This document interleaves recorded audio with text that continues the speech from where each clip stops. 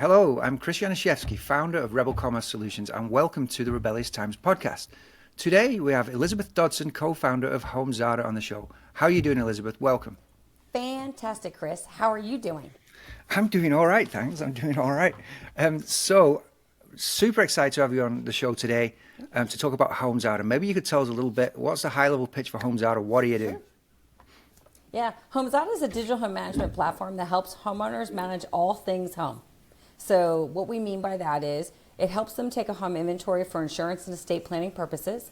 It helps them manage a maintenance calendar because we all know everybody forgets about maintenance, and we want to make sure that they don't have to do that and forget. We also help with projects. So we want to make sure everybody's in budget and on time with their projects, and in order to do that, being prepared and being organized helps with that. And then finally, we have an area of finances. Let's face it, our homes are our largest expense. I didn't say it. The Consumer Expenditures Report did say it. We spend 33% annually on our homes. And it's also one of our largest assets for most people who can create generational wealth.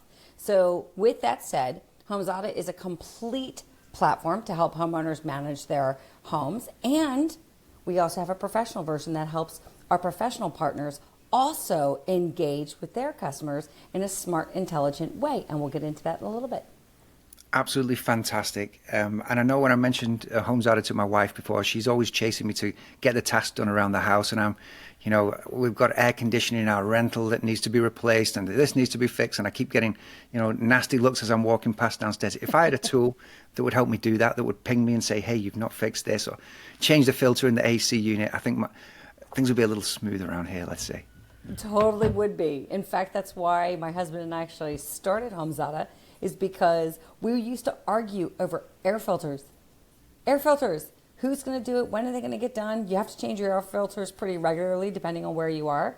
So we were just arguing, and I kept telling myself there's better things to argue about, and air filters are not one of them. Absolutely. So I'd love to kind of reel it back a little bit and listen to your journey, understand kind of how you got to where you are today running a successful startup and trying to help people manage their homes. Oh, great. Yeah. So my husband and a co-founder started a previous company prior to this, which is actually what birthed HomeZada. And that company was called Meridian Systems. And Meridian Systems was the world's leader in commercial construction project management software. Bit of a mouthful, but if you think about all the major buildings in the country and the world, our products may have been used to build some of those. We weren't the only player out in the marketplace, but our products were the market leader, and they were used on things like the Dallas Cowboys Stadium, many other stadiums in the country. They were used on school systems, the Venetian in Vegas, and various other casinos around the country. And then we had many customers around the world as well using our platform with the Meridian the platform that we had with them. But one of the things that we realized was we needed to help grow that company. And so my husband, in his infinite wisdom, hired a bunch of people that were really smart in various different disciplines, whether it's in accounting, whether it's in marketing, whether it's in sales, et cetera, et cetera. He hired all those people. I was one of those individuals as we were dating as well. I came from the same industry. So we met at a trade show. I went to work for the company. Has its unique challenges when you're dating one of the co-founders of the company, but you end up creating a business that is amazing. And so myself and probably 300 other people at that company, as well as 100 different types of partners, were ones that actually helped grow this company over a long period of time. And then we eventually sold that company in 2006. And so we worked for the publicly traded company, which was Trimble, which is a great organization. And full circle, I used to work with Trimble in my previous job prior to working at Meridian. So a full circle life cycle in terms of your career. And then my husband had an idea that he wanted to start this company that I had been wishing for 10 years. So it was during that journey at Meridian that I said, we can manage these beautiful buildings. They're amazing, but I have nothing to manage my house. And in fact, I was originally from Maryland on the East Coast, moved to California. There are different weather patterns. There are different building materials we use on our homes. And furthermore, We don't even have basements in California, but we do in Maryland. And I was really confused by these changes. And I was also really challenged with, as we talked about earlier, what maintenance tasks do I need to get in front of? When do I need to do them? And who's going to do them in my household? And then everyone tells you to take a home inventory, and then they tell you to do these other things around your house, but they don't give you the tools to do it. So how do I get the tools to actually manage this? We've all been there. We've probably had some version of Excel, some version of a file system that holds all the pictures, whether it's on your computer, on your phone, or in some sort of generic storage file system. We've had all of that, but nothing connected at all to make a really smart decision. And so, after working at Trimble for all those years, my husband said, well, let's do it again. Let's have another startup. And be careful what you wish for, because you just might get the beautiful product that you've always wanted and a new company. And here we have Hamzada. Fantastic. What an interesting journey. Yeah, when you're talking about this, I am thinking about my own house, and all these. When we bought the house, the builder gave us a pack. It's kind of that thick of all the things we have to do. Like, okay, within 12 months, every 12 months you have to paint this, and every 2 years you have to do that, and this warranty runs out here, this warranty runs out then. I have no idea where to find any of it, and so yeah, because it was a physical binder, correct? Physical binder, and it's in one of the drawers, and I've looked through all the drawers and I can't find it, but maybe I put it somewhere You're not else. alone. So something you touched on there that is really fascinating to me is working with your husband. So I came from I grew up in a small business environment, so my summer vacations were spent in the factory, kind of annoying the workers there and getting in trouble.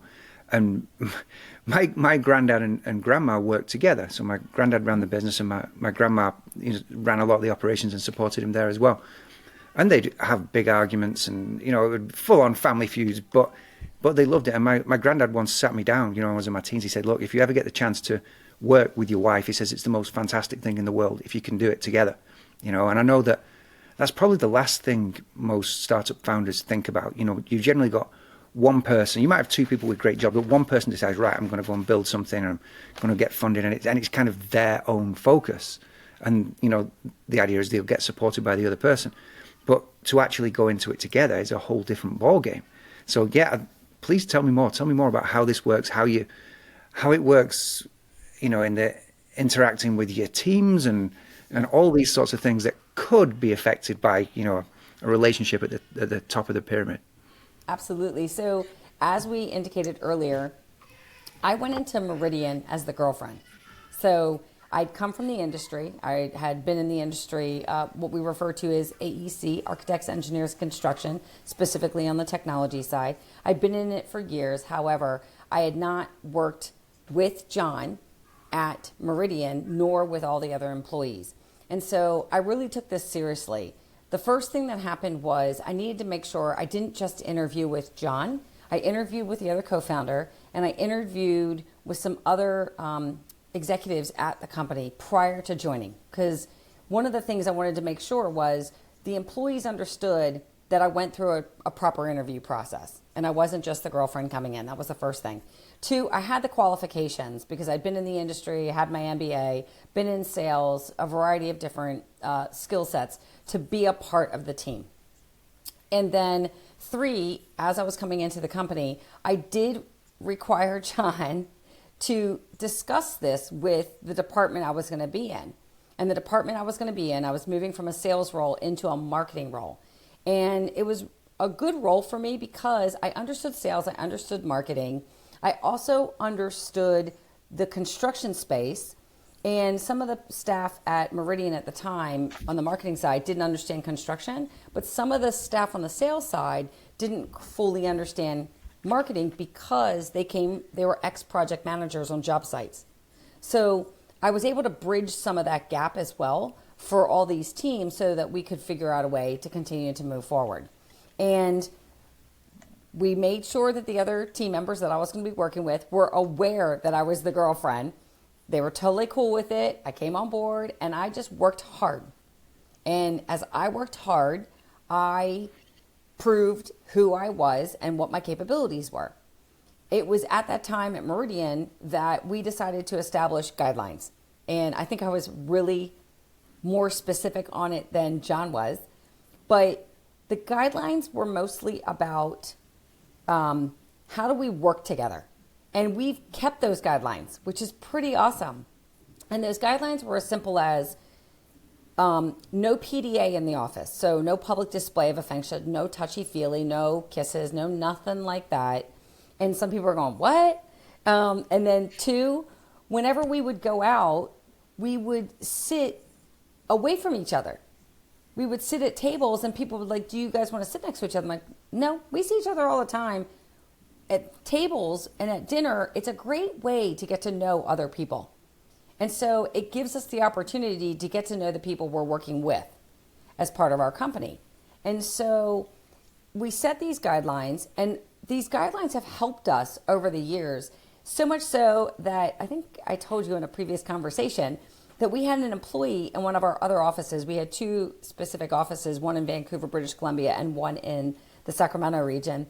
One of the employees in Vancouver did not even know we were married, and she'd been working at the company for 2 years. And we're like, what? And so she had no idea because we were so professional. I maintained my maiden name, and it works in our favor because you will also get customers who tell you, oh my gosh, I'm the president's best friend. I've known him forever. And I kind of laugh because they're trying to talk to me about this, and I kind of know who his people are. And I'm just laughing and I'm just going, okay. And I said, well, it doesn't matter. You're still going to have to work through the same sales process everybody else does. But it's fun to watch these conversations happen. And it's, in my opinion, somewhat entertaining. But at the same time, we're able to set these boundaries to not only respect our own careers, but to also respect the employees around us. So I think a lot of people don't always understand that some employees may be uncomfortable with PDA. Some employees may be frustrated with, oh, it's just the Beth and John show, when that's not the case. And by the way, there was another co-founder, and he worked with his wife as well. And everybody worked well together. In fact, I think because our company really survived and really did well and thrive, because John and I set the standard of what it means to work with your spouse or your family member, because other family members started recommending other family members to the organization because they loved it. So we had brothers work for the company, stepsisters work for the company, cousins work for the company, other spouses work for the company, people met their spouses at the company. And it was ironic because I think we set a different stage. Traditionally, you hear that nepotism is abusive, or people take advantage of it, or they get special privileges. When in our world, everyone said, you're going to come work for this company, and I think we were all harder on family than other employees. Don't embarrass me. You are a reflection of me. So you need to work hard, and you need to perform. And as it happens, that's exactly what happened. But when you come from good values, I think you're willing to have those conversations. So it's really, the guidelines have helped us a lot.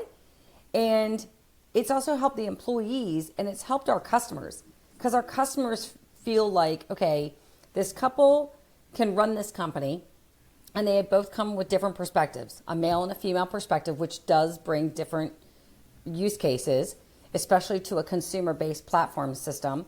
And then they also bring nuances that can help listen to people from different skill sets. So our team, everyone has their swim lane in terms of their skill set. And how do you actually accelerate that and really thrive knowing that everyone's got their swim lanes? So we have that scenario. Customers love the fact that they're like, okay, they can figure this out. They're surprised that a working couple can figure this out. And then we can deliver great products because we have great values, we have great standards, and we look at this product as something that we really care for. And we do. We really care for HomeZada. We really cared for Meridian and the people that work there and the customers and the partners. And I think you're more vested as well when you can work together. But setting boundaries and guidelines not only helped us, survive, but also others. And I'll give you another nuanced guideline. So my husband is a night owl. Like, he works really great, and his best time for meetings is late afternoon into the evening. And when I say evening, I'm talking like 8 o'clock. Versus I'm a morning person, total morning person. I could be up at 5, 6 in the morning, get going, and I wake up ready to go. Versus if we have meetings early in the morning when my husband is not ready, we're not going to have a really productive meeting. If he decides he wants to have meetings at 7, 8, 9 o'clock, I'm not going to be productive. So we found a sweet spot in the middle of the day to even have meetings, because we understood where our sweet spots are and where we could compromise and still deliver great solutions.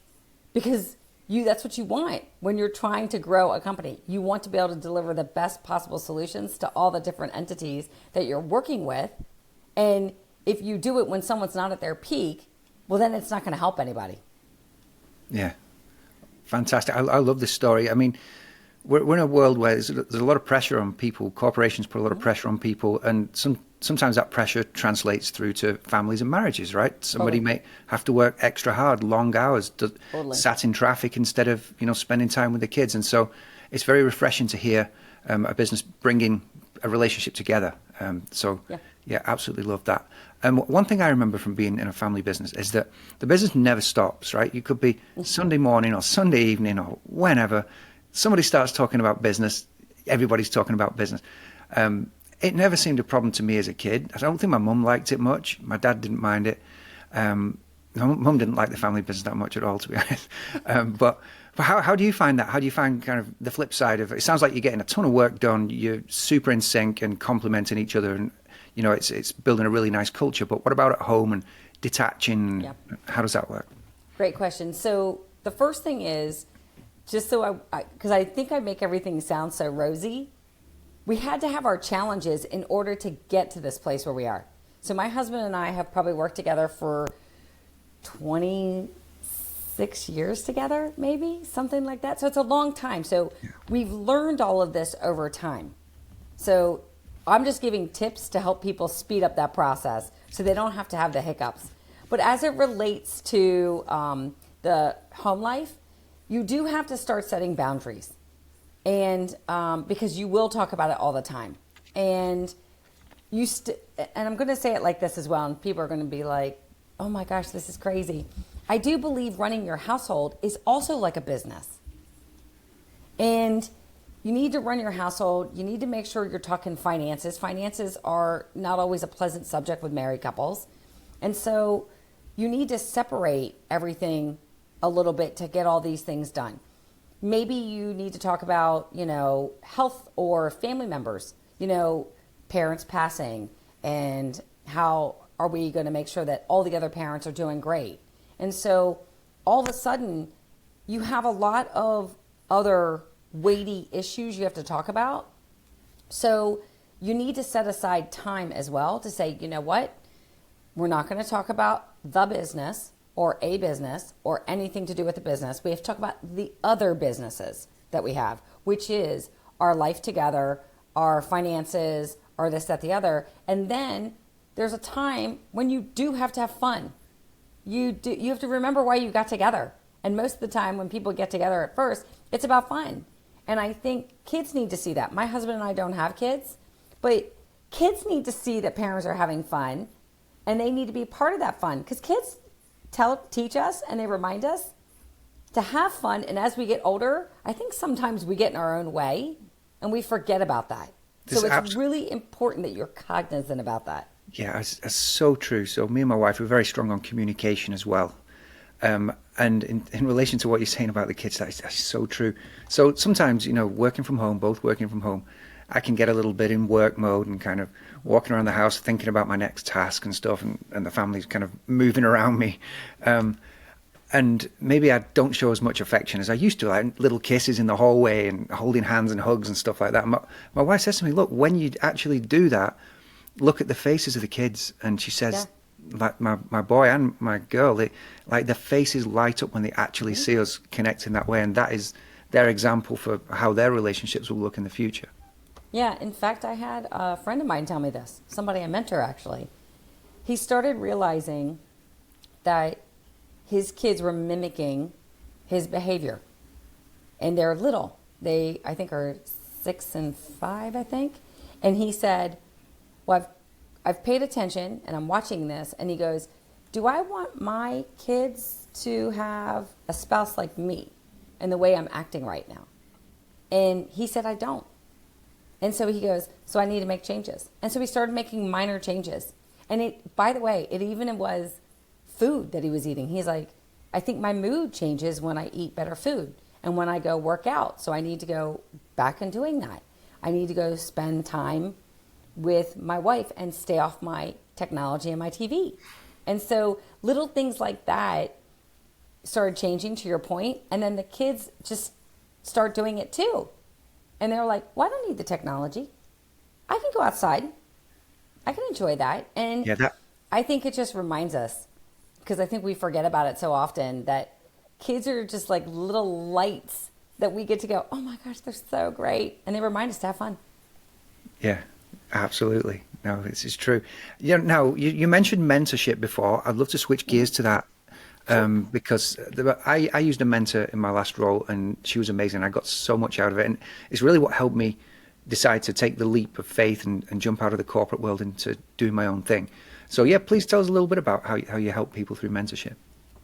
Yeah, so I love mentorship. You know, I think when you have been given the opportunity to learn how to run companies, do different roles, and we've talked about this, when you are all over the place in terms of within a company, you can take that and help other people.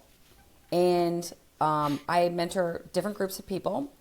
They're always programmatic though. So I always find programmatic aspects that marry the mentor and the mentee together, because you want to know that you're working with somebody that is really truly interested and wants to make change. And that's the first thing. The second thing is the two programs I'm focused on the most right now are my universities that I went to. So they will send me individuals from those universities, whether they're in the graduate program or whether they're in the undergraduate program. And they're looking for suggestions on where to go next in terms of their career. And with them, those individuals there's usually this process that everybody feels you have to follow this process. And I don't think that's always the case. And I think people put a lot of pressure on people because of that. So there's one thing that I noticed in colleges and in high school. We don't really teach people what kinds of job opportunities are out there. Like, there's so many companies you can work for. There's so many jobs you can have. And even companies make up job titles after a period of time. And we've all kind of seen that. So helping people navigate those next steps is where I thrive in that area. And then I also help do that with veterans and spouses. So there's a program that I'm affiliated with called ACP, American Corporate Partners, that helps marry the veterans with mentees or mentors. And they are looking to leave the veteran world or the military world and move into the private sector. And so that could be they're going to start their own business, or it could be I want to work for a corporation, but it's a different world. And so how do we navigate that? And so I help with a lot of that. And then because I am so glad ACP involved the wives, the average military individual moves every 2.5 years. So the wives and the children are highly impacted. And the wives, if they've gotten their degrees, they've gotten their careers, sometimes those careers are harder to take with them as they move. And they have no idea where they're going. I mean, they can go all over the place, all over the world, all over the United States. They can go anywhere. And so they've got to be ready to go. And not only is their social structure completely shaken up, but so is their career. And so how can we help them develop careers that they can take with them as they move around? So the positive is with Meridian, we were early days of work remotely because of the very nature of our business. We had 2 major offices, Vancouver, British Columbia, and Sacramento. So we were automatically from day one an international company with 2 offices. And then when you're working with a specific niche like Meridian, you had to hire people where they were. And what I mean by that is there's a lot of people that wanted to come work for Meridian that had construction project management experience, but they didn't want to move to Vancouver or Sacramento. So you needed to take them where they were, and that actually ended up benefiting us from a cost structure. For anybody who's ever been in sales, training, marketing, etc., you can use certain people in certain geographies. So that's also extremely helpful. And so because of that experience, I was able to bring that to the spouses as well to help them identify roles that they could take on, that they could do anywhere and still work and still have these careers. And so that's where my skill set comes in when it comes to being a mentor. And I love it. And I think, especially our military and their spouses, they give sometimes the ultimate sacrifice for us. So I want to make sure that we can pay it forwards and they can use these amazing skills in the world beyond just what they learned while being in the military, and also help them sometimes get out of their own way, because sometimes everyone's guilty of it. We all tend to use a bit of acronyms when we're trying to land a new job or trying to talk to somebody. So just helping people change the way they communicate can also become an asset for people getting and securing this new position. Love it. Absolutely love it. And yeah, I thought, what you said about, especially about military spouses, we have friends, the husband works in the military and his wife is a military spouse, and they have a young child. And they've had to move at like every couple of years, like you said. They were settled for a while in Texas near us. Then all of a sudden the call came and they had to move, and they had to move again. I wouldn't be able to do that. Wow. It takes a special person. Yeah, it takes a special person. What is a job that they can do that where they could say, hey, I'm in the military, I'm a military spouse, maybe I'll have to move in 2 years, or I will have to move in 2 years, but I'd love to work for you for this period of time, and then I can't work for you anymore, or I can't be on location. I guess remote jobs, like what typically? Yeah, totally. And here's the thing. So we came from this place, my husband and I and our other employees at Meridian, we were already doing remote stuff before remote was cool. And this is one area where I do think COVID was a blessing. It taught us how to work remotely. And so I'm like, okay. And there's so many careers out there. So careers that you wouldn't think or wouldn't traditionally be remote, people are almost willing to accept it now. And so whether you're in a marketing role, whether you're in a sales role, whether you're in a recruiting role from an HR perspective, whether you're doing some level of operations, there's a lot of people also that are hiring remote CPAs and remote accounting staff, because I know friends who own CPA firms, they're having trouble finding staff. So there's a lot of industries that are struggling with finding staff, because a lot of those industries are seeing, I don't want to say a mass exodus, but an exodus because of retirement. And let's remember, the baby boomer generation who is at retirement age is a large generation. The X generation is one of the smallest generations. And then we have the millennials, another big generation. So we need to be able to fill those gaps. And I think companies are now starting to realize we can figure this out and we can work remotely now, and we can be more flexible. I know some people who are in HR and they do HR management remotely. And so there's a lot of scenarios where I think the door has been opened up that people can take on these responsibilities. Some of the challenge I think military spouses do find is they generally have certifications as a teacher or a therapist or what have you.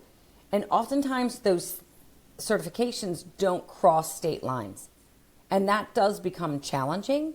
Same thing if you're a real estate agent. I don't believe those certificates actually cross state lines. I believe there's different scenarios you need to address. But those are unique situations that people are trying to figure out ways to work around. But in the interim, there are other roles that people can take in order to perform something and to feel useful.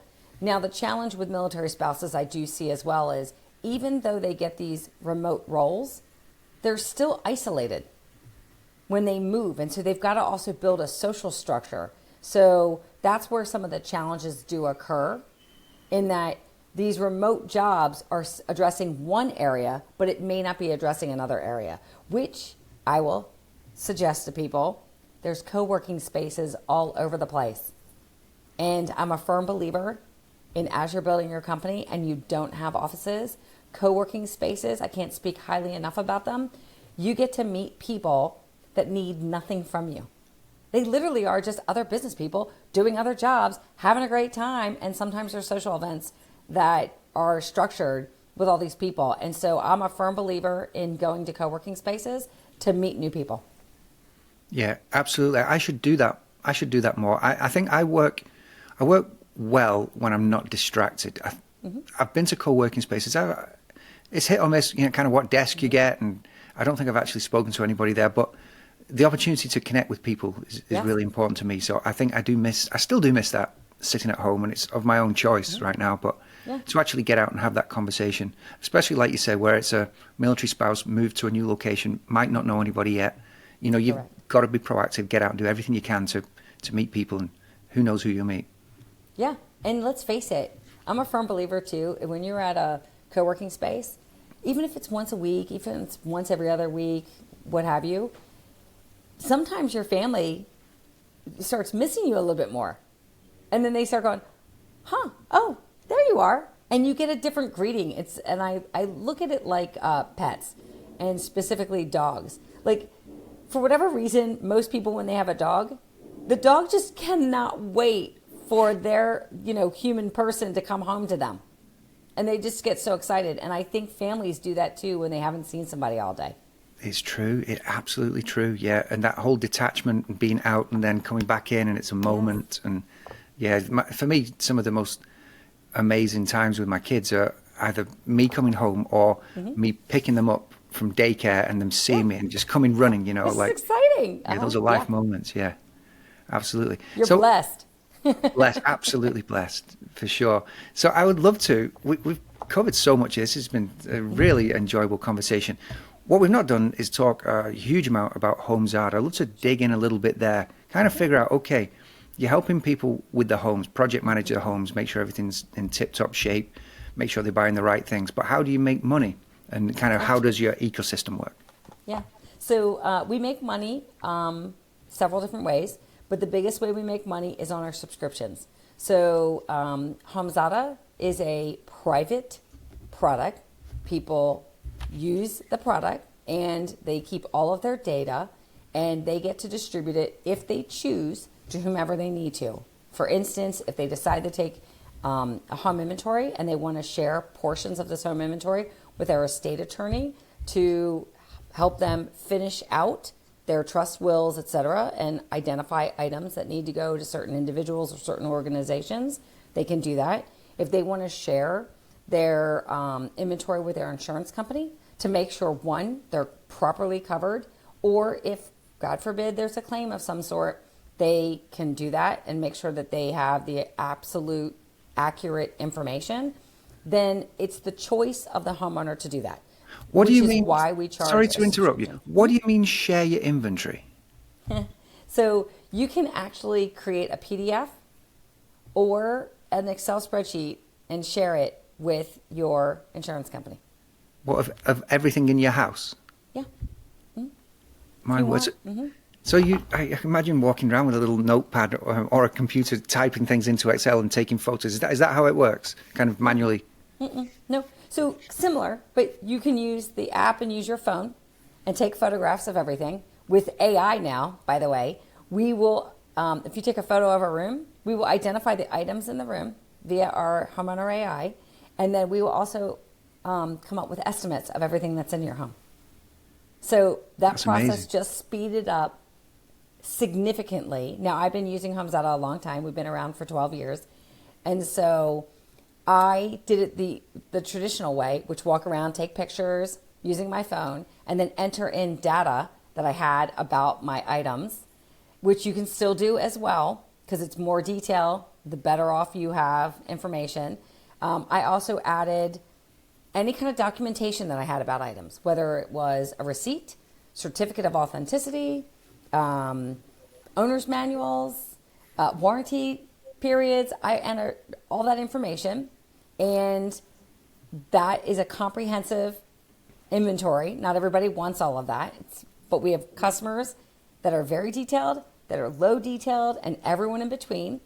And that's part of the reason why we are a subscription-based product and not a free-based product. Because if you're a free-based product, then you have to make money elsewhere, and that means we have the opportunity to sell your data. And I just firmly believe you don't need to sell somebody's data on the inside of their home. I believe we invite people into our homes. We don't just openly have our doors open all the time and people just come and go whenever they feel like it. And so it's really important. Privacy is a really big thing for me and my whole team. And then as it relates to, that's one way, subscriptions for the homeowner. The other way we do this is we have transaction fees with our partners. So think of real estate agents, insurance agents, mortgage professionals, home builders. So we no longer have to have a physical binder. We can get a digital turnover package from the builder, and a variety of other industries that are out there servicing the homeowner who can do one of two things. They can use HomeZada Professional to enter in data on behalf of the customer and then transfer a license of HomeZada, basically a subscription. And literally that customer can then go on and manage the rest of their property. Or, for instance, take a real estate agent, they're giving gifts anyway. They can give a gift of HomeZada with their branding in the system, and then they transfer that gift to the customer, and the customer can then proceed to enter in whatever information they want to continue to move forward. Now, HomeZada, in its infinite wisdom, she provides, yes, I call her a she provides maintenance calendar reminders already pre-populated in the system depending on where you live. She will also have templates in the system if you decide you want to perform a project.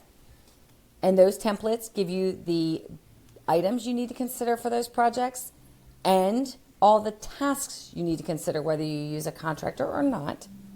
And that's half the battle. People don't even know to get and secure a license from your contractor as well as insurance from their contractor to make sure that they are fully operational, and all the other steps that you need. And it helps you better prepare for these things. If you've got an address that you chose to put into HomeZada, we can gather public information, which is mortgages, where you're located, etc. And we can pre-populate that information to give you very specific estimated values of your home ongoing, when your mortgage is going to get paid off, and how much equity you have in your home, and a variety of other areas that we can estimate, even your annual expenses. So you can have a better clarifying understanding of what you're spending. Because as I said earlier, our homes are our largest expense. I don't want that to keep growing. We spend 33% of our annual income on our homes. That's a third of our income. And so I don't believe that we should keep going up a trajectory where it's 40%. I think we should keep that coming down and go back down and say, okay, how do we keep it down and how do we reduce that expenditure? Well, we can do that a variety of ways. Taking care of the home so you're not seeing this unexpected breakage in an HVAC equipment before it needs to. It's very common. And so if you get in front of it, how do we prevent that and extend the life of that piece of equipment? How do you plan for your projects? A lot of first-time homeowners will go into a home and they're so excited to be in it, and rightfully so, but they want to personalize their home first. And I'm like, well, hold on. Maybe you might need a new roof. Maybe you might need a new HVAC equipment or a hot water heater or something of equipment or appliance that is more pressing than to buy a whole brand new set of beautiful furnishings for a particular room. So we just want to help people get in front of this beforehand and also manage their projects over time. A lot of people think once you move into a house, you have to do it all right now. And I'm a firm believer, and I tell this to everybody else, I do a project a year at my house. And so it gives me the ability to look forward to my house. It gives me the ability to manage my cash flow. And it gives me the ability to not become decision exhausted. So when you're making all these decisions of all these new changes in your house, you become exhausted because you're literally living your life in a variety of ways, and you got to make decisions on so many things. I mean, even going to the grocery store is crazy decision making. And so then you add these projects. If you can take your time and do one project at a time, you actually will enjoy the process rather than be overwhelmed by the process. So we get in front of that. So we make our money, subscriptions, transaction fees, and then also we have some strategic partners that bring us some opportunities as well, which is fantastic. Wow. As you're talking there, like, it's so interesting that you found a model to, I'm not saying get into people's homes, but to get consumers to actually use your product, because there's a world of things you can do. I was always in e-commerce. That was my corporate career, and I used to work at Walmart. And, you know, Walmart and Amazon, they're always fighting to try and understand people's purchase intent. What do they want to buy? How much are they going to pay? What's the competition? How can we get in front of them? Mm-hmm. And it occurred to me back then, you know, what if we knew what they already had? You know, if they've got something that is, you know, they need to upgrade it, it's going to run out. Warranty is going to run out. And there are so many angles you could. Do you work with HOAs? I used to be on the board of an HOA, and every few years we'd have to do a big study and we'd have to revisit, okay, how long's the roof got left? How long's this got left? And always a nightmare, very expensive. Always had to decide to prioritize and leave out some major repairs that needed doing. But yeah. Do you work with HOAs? I think that's an interesting. We work with some. We're looking to work with more. But that's the other thing. HOAs have these great customers, and they want to provide great services to their communities, and they want their communities to stay, I guess, healthy and valuable. And let's face it, when a house is well maintained and it's got the correct projects that they're working on, then the property values in the entire neighborhood stay high. But if you're not maintaining your house, maintaining your yards, maintaining your equipment, then not only does it not creep the values up, but it also can impact other people's homes. And what I mean by that is their values go down, which is not always happy. But let's say something is happening to something in your home and you haven't taken care of a minor water leak or something. And all of a sudden your home's got a water leak, and it just so happens that you're in a duplex or a condo or what have you, and that water leak impacts everybody else. And it's like all because someone didn't want to make a minor change to maybe like a toilet pipe or something. Yep. And those are where problems happen. So we just want to remind people, here are the things you can do to take care of everything. And at the same time, your house might sell better too when you're taking care of it, because that's the other thing we're seeing is deferred maintenance is no longer allowed by buyers anymore. Buyers are looking for homes that have been cared for regularly because they are worried if you haven't cleaned your gutters, then do I have water damage in the walls? Do I have mold in the walls? What else haven't you done? And do I need to move into this house, and will everything automatically break and I need to replace it all? So homeowners are getting smarter, the buyer side, they're getting smarter about the homes they want to consider. So it's really important that people understand this, that maintenance can actually increase the value of your home. Absolutely. Wow. You cover a lot of angles. You help a lot of people here with this. I think this is a great tool, and I'll definitely be taking a look at it myself.